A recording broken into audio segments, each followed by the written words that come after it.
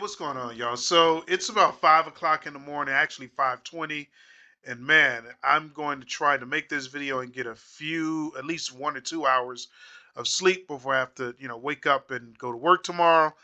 I'm going to regret making this video, but I just feel that I had to make it. It's way past my bedtime, and I guess I'm woke, to say the least here, right? So I'm making this video, and I'm going to say the title of this video is going to be something along the lines of why you probably should not listen to Kevin Samuels, right?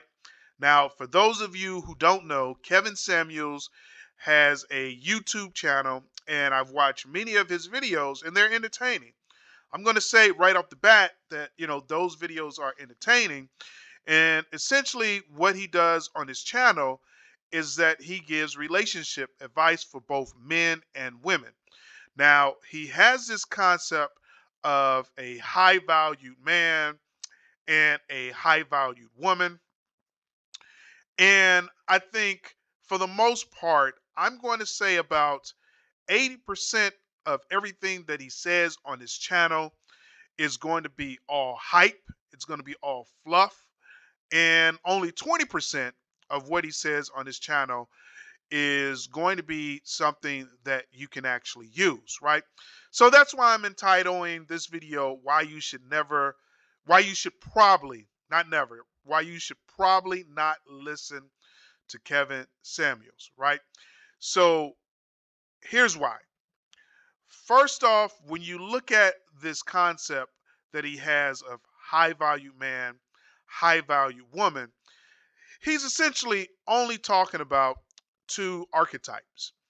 In my opinion, when he talks about, those two individuals, he's talking about the alpha male and the alpha female. And from my personal experience and, from my belief and from my, reading and from my years of experience, a high value woman wouldn't necessarily want to be with a high value man. So I think that's kind of mistake number one. And vice versa, a high value man wouldn't want to be necessarily with a high value woman. Now, I'm not saying that those relationships don't work, but I'm saying that, there could be a situation where this may not be the best fit. I'm going to say majority of the time, this is not going to work out, right? So first off, let me explain. To explain this, let's just look at the different types of people out there, right? And we're going to talk about archetypes, but either women or men can fit into this archetype. So the first archetype is going to be, let's say, we'll call him the the person who is financially well off, right? It could be a man, it could be a woman, but this first person is financially well off. The second archetype we're going to say is a stud, right? Someone who's physically attractive, and the man will just say that's a stud, and we'll call the female a stallion, right? So these are the different. These people are physically attractive.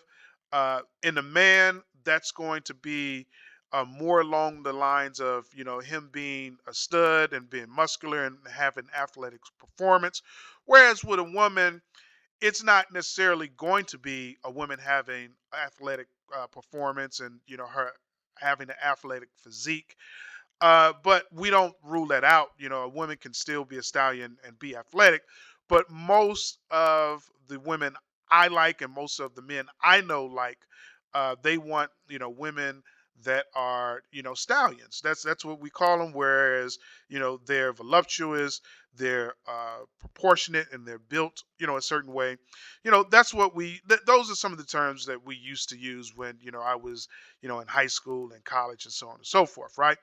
So the next archetype is just going to be the archetype of someone who is just has physical beauty, right? They may not have the muscular features if it's a guy. This type of person could be someone who has really what's the word I want to use, because I don't want to get racial, even though a lot of this stuff is. Sometimes when you have biracial men, women find beauty in that. And then conversely, sometimes, certain women of certain skin colors find beauty in darker men, right? But the point of it is, it doesn't really matter what the complexion is, but this man, even though he's a man, he's he's physically beautiful, right? He's a work of art, right? And women find men like that attractive, right? And the reason they find that man attractive is because they look at a man like that and they think of being able to reproduce. They'll say, "Oh, well, he has pretty hair," or "Oh, he's light skinned, and I want my child to have pretty hair, and I want him to be light skinned." And conversely, "Oh, he's very dark, he's handsome, he's very beautiful, and I want my son to be dark and handsome. I want my children to be dark and handsome." And unfortunately, black people are a little messed up in this area, because there is some color complexion going on in African Americans, and this is a well-known thing, so I'm not even going to get into that. That's not even the topic of this video. And I'm pretty sure this dynamic is in Caucasian cultures and other nationalities as well, right? So we're not going to get into that, but anyway, one archetype is that the guy is pretty, right? Or the female is pretty. She may not have the body, but her facial features is very refined. She's very elegant. She's beautiful. She's pretty, right? So, and then the next archetype is going to be a person. They may not have any of those things, but he has status. He is the leader in his group, and he basically has the ability to command anyone he's around. Everybody respects him. So he I guess actually this could be the alpha male, right? Whereas the first archetype is finance, the second is someone who has physical prowess. uh, just because you have physical prowess doesn't necessarily mean that you're going to be the alpha male, right? So the fourth archetype is going to be essentially, the alpha male, someone who basically commands and demands respect, and he basically leads wherever he is, right? Now, more than likely, not everyone is going to have all of those attributes, but we'll make up a fifth archetype and say that that person will have a little bit of all of those attributes, right? So there's a mix, right? So those are the basic archetypes that I believe exist, right? So you have the when it comes down to romance and dating, right? So you have the guy who's financially well, the person, not the guy, the person who's financially well off. You have the stallion, or you have the stud or the buck. You have the person who is just beautiful, right? They may not have muscles, they may not have a physique, but there's something about them that the opposite sex is going to find beautiful and very attractive, right? And then you have the alpha male, or instead of saying alpha male, we can say the person who has status. They demand and command respect, and they may not make a lot of money, but they have status and they're able to make things happen, right? And then of course you have a person who's a combination of all those, but doesn't possess the attributes fully, right? So with that said, I'm going to say that you wouldn't necessarily want to date the archetype that you are, right? So if you are the person who is financially well off, you wouldn't necessarily want to date a person who's financially well off. And it doesn't even matter if you're a man or woman. And I think this is one of the key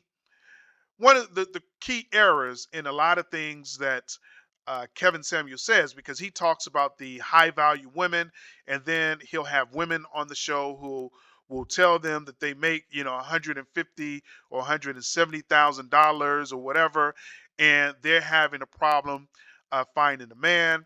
and then Kevin Samuels would respond with, "Well, hey, if you want to find a man on your level, you need to be friendly, fit, and something else." He has some cute little acronym that he uses, and I just think that's just total 100% nonsense, and that's pretty much not going to work, right? I think that if a woman is financially well off, and you have a lot of black women who are, and because black women pretty much they are the most educated, and they are going to be employed over in a lot of positions before a black man will be employed. So if you're a black woman who is financially well off, you have your 401k, you have your salary, you're making six figures, 150, 170, whatever, and you have a huge bank account, you have the house, the car, you have all that. The person who, in my opinion, right, in my opinion, the person who is going to best fit you is going to be either the person who is the stud or the buck, or the person who has physical beauty, or the person who has some type of status. You do not necessarily need to have a person that's on your level, and that's the point I'm trying to get to. Although you may uh, end up with the stud, or you may end up with the person who is physically pretty, right? Or you're ending up with the person who has status. These people don't have to be on your level. What they have to do, in my opinion, is that they have to respect your level, right? They don't have to be on your level. They need to respect your level, and they need to understand that you are the breadwinner. And I think a relationship based on that dynamic should work. And then vice versa. Let's say you're the pretty one, or you're the stallion. You don't necessarily have to have lots of money. What you need is, someone who is well off, and someone who can pretty much take care of you, and that's a word that's pretty much taboo in today's society, because black women in this day and time don't want to be taken care of. But I would say, if you don't want to be taken care of as a black woman, then this archetype is not for you, right? You don't want to date a guy who wants to take care of you. There's plenty of women out there who needs to be taken care of, right? There's black women out there who would appreciate uh, being with someone who's financially stable, right? So I would say that those are the archetypes that fit together well. Now, of course, I'm oversimplifying all this, and there's more dynamics to all of this besides those archetypes. So I'm just kind of speaking generally, but Kevin Samuel speaks on that same on the same level from a general perspective, and he does it by saying high value man versus high value woman, and so on and so forth. So and again, if you are the person with status, then maybe someone with money, or maybe someone who's well off would compliment you better, so long as you both respect who you are, and what you bring to the table. You don't necessarily, in my personal opinion, you don't necessarily have to bring money to the table, so long as everyone understands what's being brought to the table. If you're an individual, if you're a woman who has status, and you're dating a man who is financially well off, and you both respect each other's position and what you bring to the table, and at some point one is going to have to respect the other. Although I think a person who's financially well off is not necessarily going to submit to someone who simply has status, because there's going to be, in my opinion, a conflict there.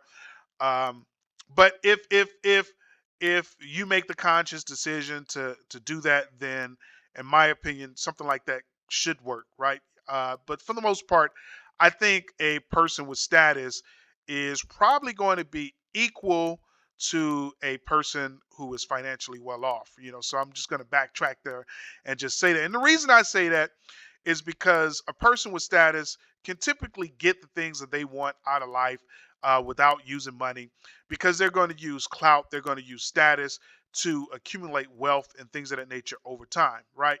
So that's kind of like the superficial layer of that. And I think one of the things with Kevin Samuels, like I said, he's an image consultant, and you can tell his YouTube channel gets a lot of views, it gets a lot of interaction, and I have no doubt that Kevin Samuels is a very successful image consultant or brand consultant, whatever it is that he does. However, you have to understand he's talking about image, and a lot of dating is based on image and how things look. But when we talk about long-term relationships, when we talk about long-term relationships, you cannot use image and you cannot judge a book by its cover.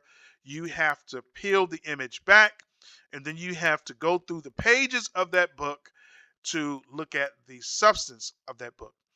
And with that in mind, I'm just simply going to say that the black marriage, the black family is dead. And it's been dying a long time ago. And it's pretty much on its way out the door, right? And you probably thinking I'm crazy. You probably thinking it's like, what is this idiot talking about? He just running his mouth on the internet at what is it, 5:37 now in the morning. This dude is a complete moron. So let's just go ahead and get into facts, and I'm going to show you why the black family and the black marriage is dead. But before I show you this, I'm just going to say that insanity is to do the same thing over and over and over again and to expect different results. That's the definition of insanity. So, Kevin Samuel talks about how women, what they should do to basically high value women, and what they should do to not be single. And what I'm saying is that marriage is pretty much dead. The marriage as we knew it, as our parents knew it, is dead. Now we're moving into a new business model, right? So marriage is dead for African Americans by design, right? And we're moving into this new business model, and I'm going to show you all the facts. I'm going to show you the facts, but you need to understand that marriage is dead. And I think, the new business model is simply going to be, well, I can't say what it's going to be. I haven't really come to a conclusion as to what it's going to be, but I'm going to tell you right off the bat, it's not marriage. So if you're taking advice from Kevin Samuels on how to not be single, well, let me rephrase that. If you're taking advice from Kevin Samuels on how to get married and how to get into a long term relationship, I think you're going to be sorely disappointed, because everyone's trying to uh, reanimate this black family. Everyone is trying to reanimate. This concept of being married and dying, with your husband. That's over with. That's 100% over with, and I'm going to prove to you that that's over with. I think now what we're looking at, I think the best thing that a black man can do, the best approach for a black man, and again, we're going to get into the data and we're going to get into the facts, but I think the best thing that a black man can do is to, number one, and this is probably going to change as my thinking evolves, but I don't see my thinking ever changing from saying that the black family, the black marriage is over, is dead, right? And of course, there's going to be a percentage of successful black marriages out there, but there's going to be a very small percentage, and we're going to get into that, right? But essentially, we're moving into something that's going to be totally different as people of color. And I won't even say people of color. I'm talking about black people, right? I'm not talking about Hispanic people. I'm not talking about Asian people. We're moving into something totally different. And for now, I'll just say this because there's more work to be done, more research to be done. For now, I'll say this: the best thing that the a black man can do is to get equity in his children. And what I mean by that is that he's going to, get the respect, and he's going to get the rights that he deserves as regards to his children. And then the second best thing that a black man can do is that he can essentially not overpay, right? He cannot overpay for the cost of romance. And I would say those are the two most important elements that a black man needs to be thinking about when it comes down to women and family. Number one, you want to make sure that you get equity and the respect you deserve as it comes down to your children. And then number two, you want to make sure that you don't overpay for romance, right? As a black man, right? Um, Women, on the other hand, women are always going to be winners when it comes down to equity in their children, and women are always going to pay less for romance, in my opinion, right? So there could be some outliers out there, right? There could be some some couples out there that basically that's so far to the left or so far to the right that they contradicted everything I'm saying. But I'm just saying generally, women are going to be the winners when it comes down to kids, and women are going to be typically winners when it comes down to the finances that's going to come out of that separation. And I think what black men need to do, and they need to realize that they can't have the respect. Well, they're not going to automatically get the respect that white men are going to get when it comes down to their children. They're not going to get automatically. They're not going to get equality when it comes down to their children, and automatically they're going to have to overpay for their relationships. Black men, right? And conversely, I think women are going to get the upper hand in those relationships, and they're going to have to pay less on average, right? I'm not saying there's not going to be cases where women are going to pay more and women are going to get less, but on average, women are going to be the winners, right? When it comes down to relationships.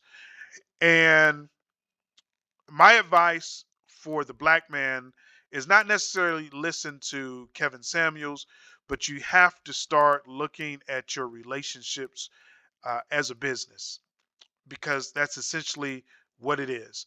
A woman is coming in, and she's coming in to provide a service, and a man is coming in and he is coming in to provide a service.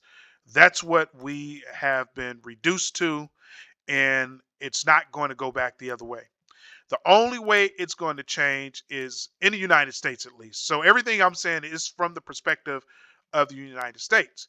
The only way that this is going to change is if the government changes its policies on how it deals with black people or African Americans when it comes down to their relationships. But on paper, you have to understand the way the government sees a relationship is the government sees a business. A government sees a business. What the government sees is that there's two corporations, and both of those corporations have their own financial. Both of those corporations have their own financial statements. They both have their statement of income. They both have their balance sheets. And then when these two corporations merge, the government is going to see one joint financial statements. They're going to see one, uh, they're going to see one financial statement. They're going to see one balance sheet, and the government is going to treat you as such. And then when the relationship breaks up, which is more than likely going to happen when it comes down to African Americans, right? When the couple breaks up, they're going to say, oh, well, now you guys are separating. Let's separate these assets. Oh, and you have children. So, now, this, you as a black man or you as a black woman, you have to figure out how you're going to deal with these extra children, right? That's what the government sees. So the government is going to see a business. That's all they're going to see. They're going to see mergers and acquisitions. So, because of this and because how black men are treated, we have to start seeing things in a different light. Again, the definition of insanity is to do the same thing over and over and over and expect different results. And what we have been doing is that we have been approaching the family, we have been approaching this concept of marriage the same way over and over and over, and we've been expecting different results, and we've been wrong time and time and time again. And without further ado, let's just go ahead and get into the facts. And I'm going to show you why you probably should not be listening to Kevin Samuels when it comes down to long term relationships and when it comes down to marriage. He's not talking about the things that you need to be paying attention to as a black man. As a black woman, in this day and time, you don't need to worry because you're going to win regardless. But for black men, so maybe I should call this video why black men should probably not listen to Kevin Samuels, because black women is going to win. They're going to win. Um, at the end of the day, I would say the whole romantic aspect is a minimum for African Americans. And you really should, as a black man, you really should just be thinking about number one, having kids and being able to have, like I said, the respect as it regards to your kids. And you need to have the respect and you need to have the equity as it regards to your kids. And you need to focus on not overpaying for your children, right? And when I say overpaying, there's two parents, and both the parents should have equity in a relationship. And a lot of times you have, these situations where men have no equity in as it regards to their children, right? When they separate, they have no equity and they have no rights, right? So these are the things that black men need to be thinking of. So black men probably should not be listening to Kevin Samuels when it comes down to long-term relationships and when it comes down to marriage. But without further ado, let's just go ahead and get into the facts. So the first fact I found is that I was actually on the census website, and I found this old article, and it talks about the changes in family composition, right? So this chart basically is the percentage of black families by type of household from 1950s to 1991. And as you can see, hopefully you can see, let me see if I can enlarge this a little bit. Try to get it a little bit bigger. So hopefully you can see that married couple on the legend, married couple is indicated by kind of a pinkish color. And then you can see that female householder, no husband present, is represented by a dark reddish or maroon color, right? And then you can see that from 1950, there 78% of basically 78% of blacks or African Americans were married versus 18% of female households with no husband. And then you can see we're going into the 60, and then that number drops to 74%. And then the number of married couples dropped to 74. Female household raises to 22. We go into the 1970s, and we can see that the married couple for African Americans is constantly dipping. It's now down to 68. And female household is creeped up to 28. And you can see where this is going. When we get to about 1991, we see that there's almost an equal amount of female single female households versus married couples. It's basically 40% single female households versus 48% black couples. Now, this is in 1991. Now, as you should know, right now, this is the year 2020. So we can be pretty damn sure that this number has shifted dramatically. So what can we see from this chart, right? And again, this is facts. This is something coming from the U.S. Department of Commerce, Economics and Statistic Administration, Bureau of the Census, right? So this is coming from the U.S. Census. So I mean, we can clearly see from facts that the amount of marriages is going down and the amount of single female households with no husband present is going up. We can see that, right? That's facts. That's not something we can debate. Then there's this other chart, median income of married couples family by earner status. And then it goes from 1967 to 1990. And then in the first chart, so now in this chart, the pinkish color represent black and the dark reddish color represents white.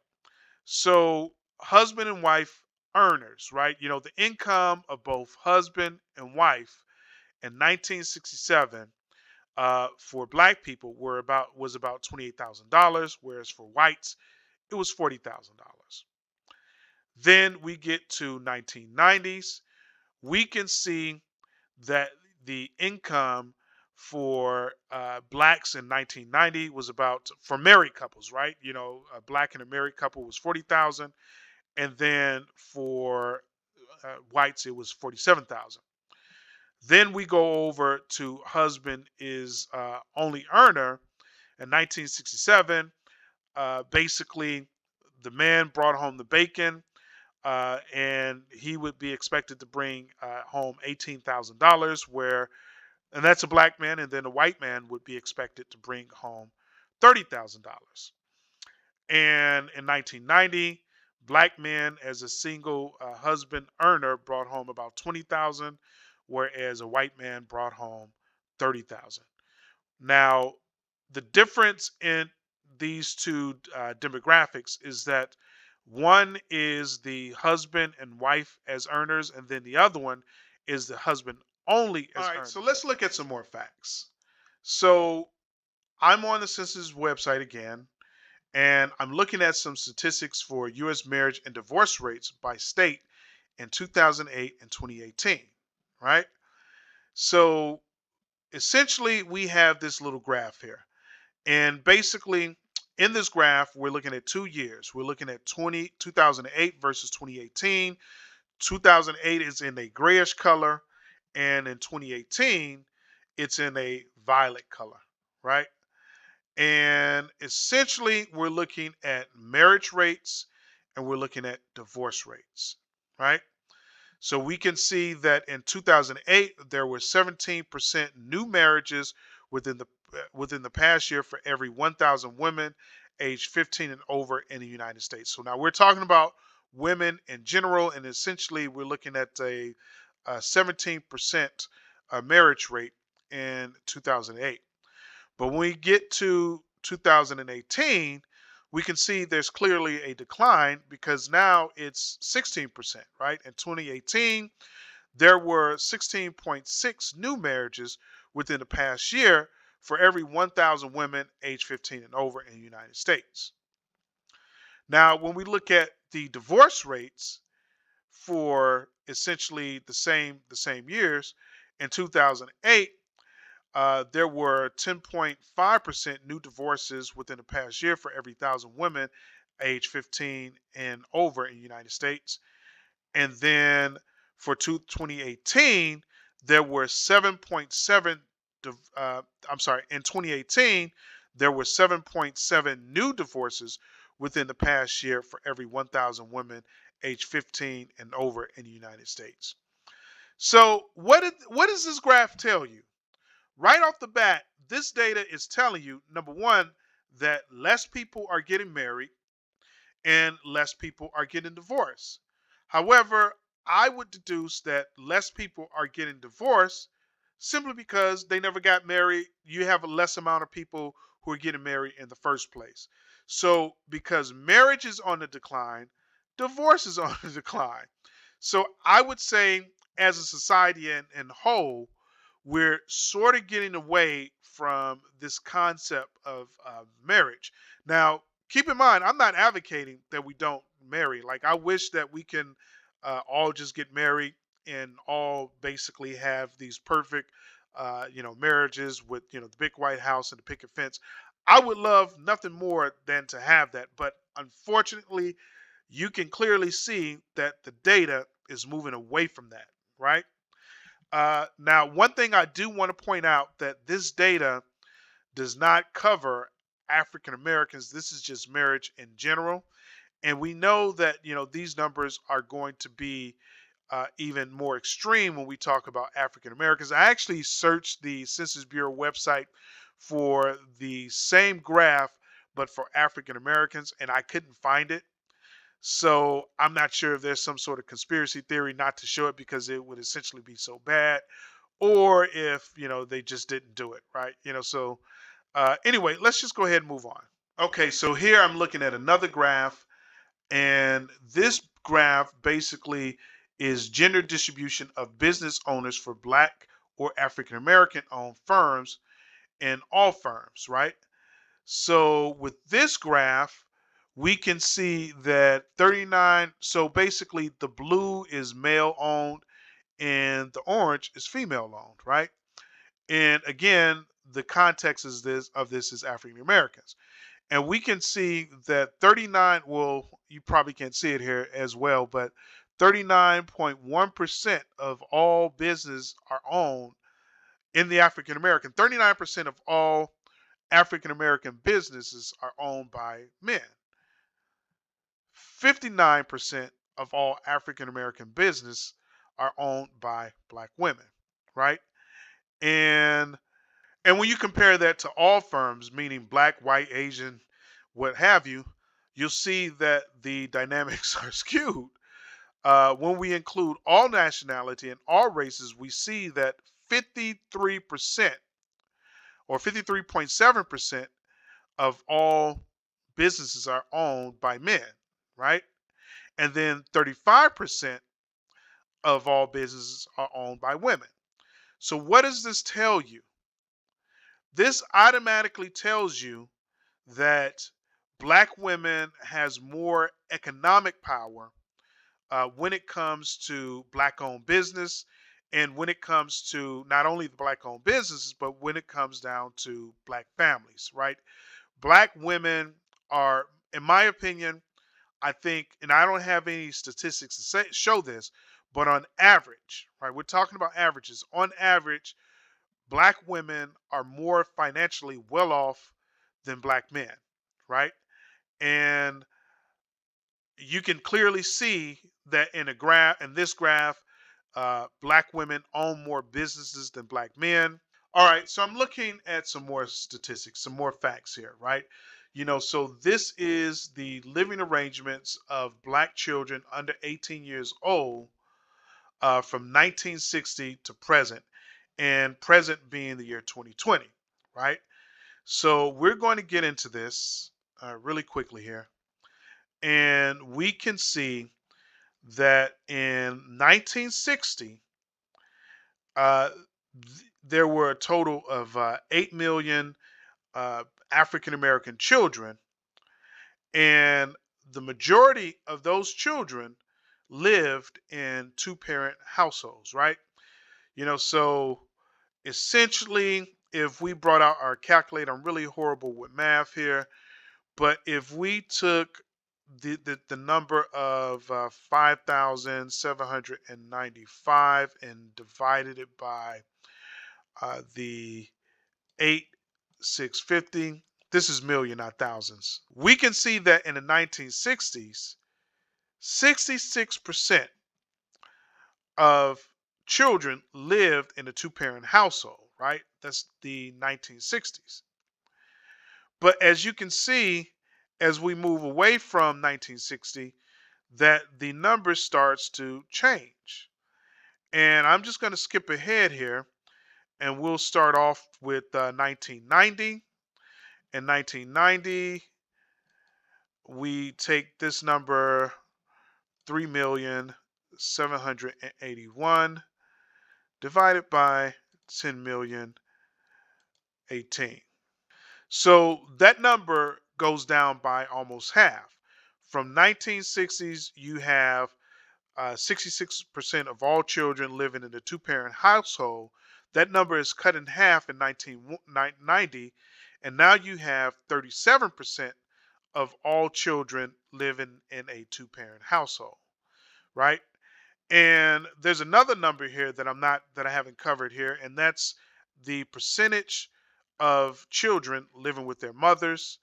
And we'll just basically start with the 1990s, and that's going to be what is this? 5,001,032, and then we would divide that by the 10 million, and we can see that in 1990, 51% of all African American children live with their mothers, whereas only 37% actually lived in a two-parent household, right? And I could go back and do the same calculation for 1960, but we're not going to do it. In 1960, and we can clearly see that most children, 66% children, lived in a two-parent household. So there's no need to go back and run those numbers, right? So now we're just going to fast forward, and we're going to fast forward all the way up just to save us some time. We're going to fast forward to 2020. And in 2020, the amount of children living in a two-parent household, we take what is that? 4,497, and we divide that by 10,913, and we get 41% of children are living in a two-parent household, whereas the rest, almost the rest, is living in a single-parent household. We'll get the exact number. We'll take 5,000 and 5,055, and we'll divide that by 10,913. And we see that 46% of children are living with the mother only, right? So essentially, that's where we are with all this, right? So we have a huge percentage of children living in the single parent household, right? A huge percent. And to me, this basically tells me that the demographics of marriage has essentially changed. And for African American men, more to speak, you can't expect to actually have your rights as it comes down to your children. There's a toss up. As an African American male, there's a 50% chance that your relationship isn't going to work out. And if that relationship fails, and more than likely you're going to lose respect as it relates to your children, and you're going to lose equity as it relates to your children, right?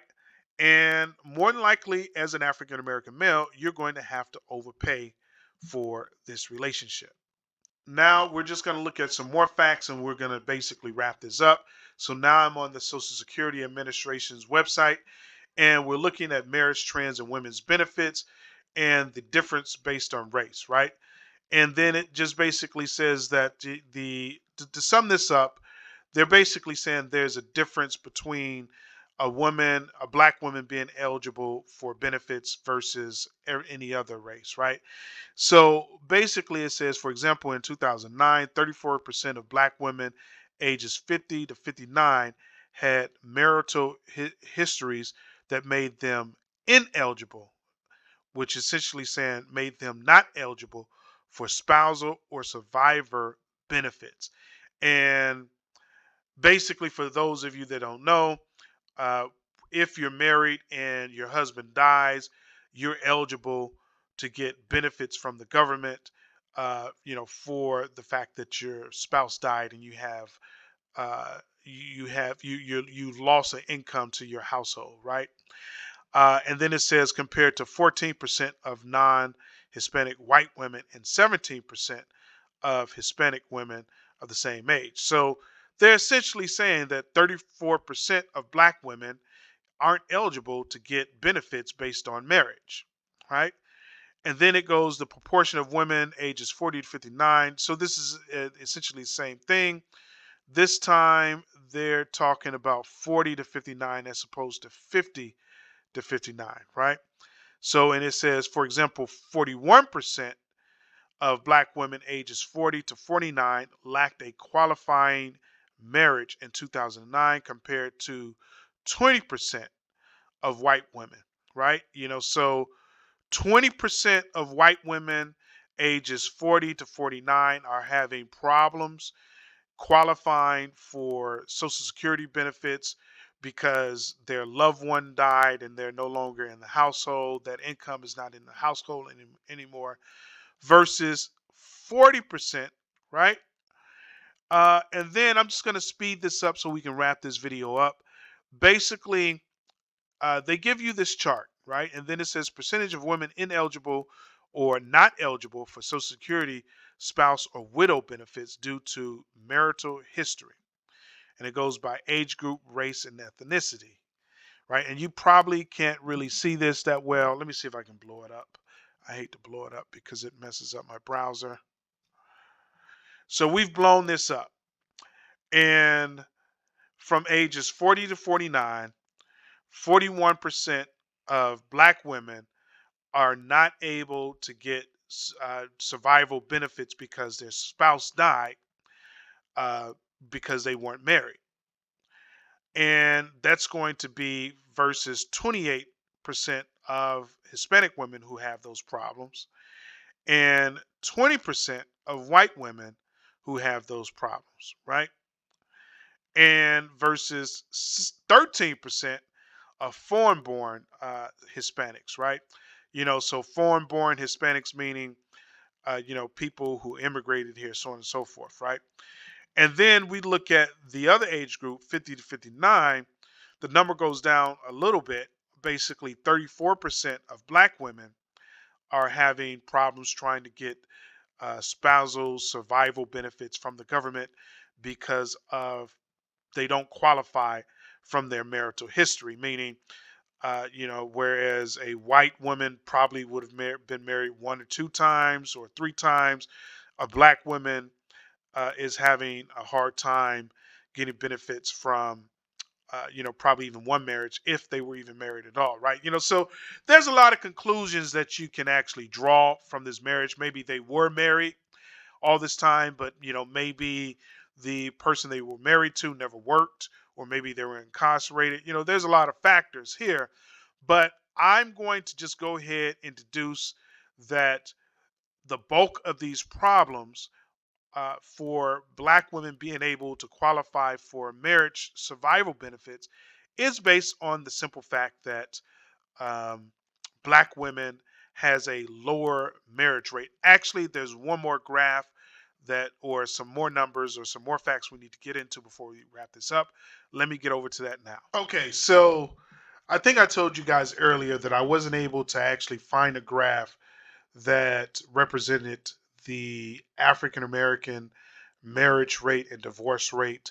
The graph actually started off most of this data with, but I did dig around and I found this rate per 1,000 unmarried women's age from 15 to 44. And then they have black, and then they have white, right? So you can see in 1940, 40% of black women were unmarried. 1945, it's about 45%. And then if we jump up to 1960, that's when we can see this high rate of actually unmarried women, black women per se, right? And of course, white women are down here, their graph actually has a totally different pattern, right? And we can see this, right? We can see that, our graph is totally different, and it dips, right? Because it was pretty high in 1960. So according to this graph, things have gotten a little better as it pertains to marriage. But when we get to 1990, we can see that it shoots back up almost up to probably like 85, 90%. And in 1995, the uh, percentage of unmarried women is around, was that, I'm going to say 78% or 77%. Now, this actually only goes to 1995, but the pattern is clear. And I would assume that in this day and time that this graph has actually shot up. I actually don't know a lot of black people who are getting married. I cannot tell you of one person that I know, that black person, right? I can't tell you of one black person that I know of who have gotten married within the past, I'd say, 10 years. Within the past 10 years. Now, I could be exaggerating. I didn't even sleep last night, so I'm probably wrong about that. I probably do know someone who was actually, you know what? I'm lying. I know my cousin actually got married. He got married like maybe, when did he get married? He got married maybe 3 years ago. And, he's kind of a upper class African American. This guy is basically whitewashed, so to speak, but he did marry a black woman. So, he got married, and then his sister actually got married maybe 4 or 5 years ago. But out of all the black people I know, those are the only two that have actually gotten married. And when you look at my cousin is basically close to probably being a millionaire by now. And I'm not sure what the financial status his wife has, but I know that I don't think it's anywhere near his, because he was like really lucky early on in his career. And then his sister, I'm not sure his sister is as well off, but they both come from very well off parents. So I'm pretty sure that, when their parents pass, that wealth will be passed down to them. So both of them, for the gist of it, are well off. Now, his sister actually married a white man, and the white guy is very well off, right?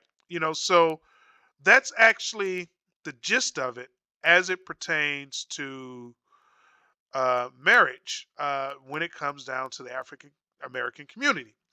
And I am just going to just go ahead and say this, that the marriage in the African American community is obsolete, it's dead. If you think differently, despite all these numbers and statistics and these facts that I've shown you, leave your comments below and let me know why you think the black marriage is still alive. White marriages are still alive, but I even think that white marriages are, as you can clearly see from the statistics I've shown early, marriage in general is on the decline, but it's definitely over for black marriages. And again, if you feel different, leave your questions and comments below and break it down for me and let me know why you think that, the institution for black love and black marriages is still happening. The numbers and the facts clearly show you that it's over. And, this is why I say that, black men really should not listen to Kevin Samuels. And I think that black women are well off, and or they get ahead in these situations because there's lots of government programs that's basically there to make sure that they succeed. And I think one of the other reasons for this disparity in marriage is because I think something happened in the African American community. I'm not sure what it was, but I do recall growing up and people constantly saying, "Don't worry about getting married. Focus on your education." And most women were probably told the same thing. Oh, don't worry about your marriage. Focus on your education, so on and so forth. That could have a lot to do with it. But then again, uh, even if they did marry, I suspect the divorce rate would be up as well, right? So I'm not sure exactly what the cause of this dip in marriages for African Americans and why marriages is basically out the door. But the fact is, it is out the door, and there's very little we can do about it. I think as black men, the best thing we can do now is to focus on getting the respect that we deserve as it comes to our children and having relationships with our children, and do the best that we can do to make sure we have equity in the relationship at the end of the relationship. So these relationships with these African American women aren't going to last, right? And because they aren't going to last, we have to make sure that we have equity in parenting. If we have equity in parenting, we can have some form of African American fathers in the home, so to speak. The kid may be living in two different homes, but at least he has a relationship with both his mother and the father, right? And I think we need to focus on paying, not overpaying for these relationships. We're going to have kids. There's no way around that. But we need to make sure that we get a fair handshake out of these situations. Women, if you think that you're not getting the head in these relationships, questions and comments below. I suspect if you're a black woman and you felt that you didn't get ahead in the relationship, I'm going to say it's probably because of your class. And I'm just going to say that. If you're dating someone who is below the poverty line and you yourself is below the poverty line, then quite naturally you're going to see, or you're going to complain of how hard it is being a single mom, so on and so forth. But if you're middle class or upper class and you separated from someone and you kept the kids, then if that person is a middle class African American or just a working African American, chances are you're getting a substantial amount of his paycheck and you're getting ahead in that relationship, right? And a lot of women will say, well, the money, the money doesn't mean anything. I want him to be there for the children. A lot of times that's just nonsense because from what I see in a lot of these court situations is that women go to court specifically to eliminate the African American male, so that they can get as much money as possible. So in a situation like that, if you've did everything you could to eliminate the African American male, then you can't turn around and cry that, oh, he's never there for the kids. That's just, and I'm just going off on a tangent with that, but I'm trying to basically prove my point that when the relationship ends, women are going to take the kids and they're going to get paid for taking the kids, versus a man getting the kids and a woman paying. A woman would just never go for that. So that's pretty much it for this video. Let me know what you think. Do you think relationships are dead? uh well, I won't say relationships, right? But do you think marriage is dead for African Americans? Do you think do you think it's possible to have long-term relationships as an African American? Questions and comments below. Let me know what you think. Do you think I'm crazy? Do you think everything that I've just shown you is 100% nonsense? Let me know what you think. I want to hear from you. Please like, share, and subscribe.